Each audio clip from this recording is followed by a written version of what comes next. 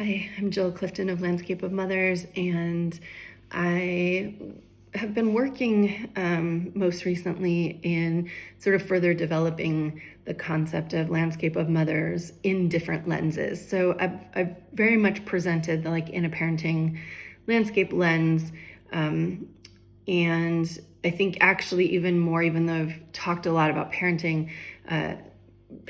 and using it within a personal context, so growing our inner mother and doing our inner work, healing some of those things that let us be the people that we want to be in the world.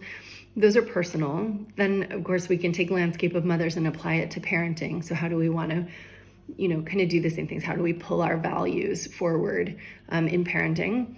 And then there's two other lenses that we can use with Landscape of Mothers, and one of them is a community, so we can learn about how we are and who we are within our community, and how that community is relating to the other parts of the community through Landscape of Mothers lens. So that's kind of more of a leadership almost lens, but leadership implies that one person takes the lead role, and I think in Landscape of Mothers it's very clear that it's more of a collective thing, so I call it the community lens.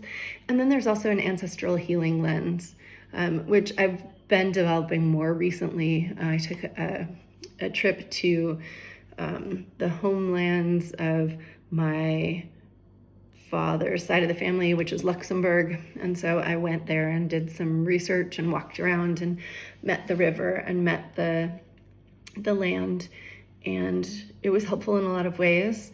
And so I was aware of how often Landscape of Mothers kept coming up for me there too. So I'm starting to really fill out this possibility that Landscape of Mothers is something that we can apply to many parts of our lives, parenting being one of them, and our inner world being another.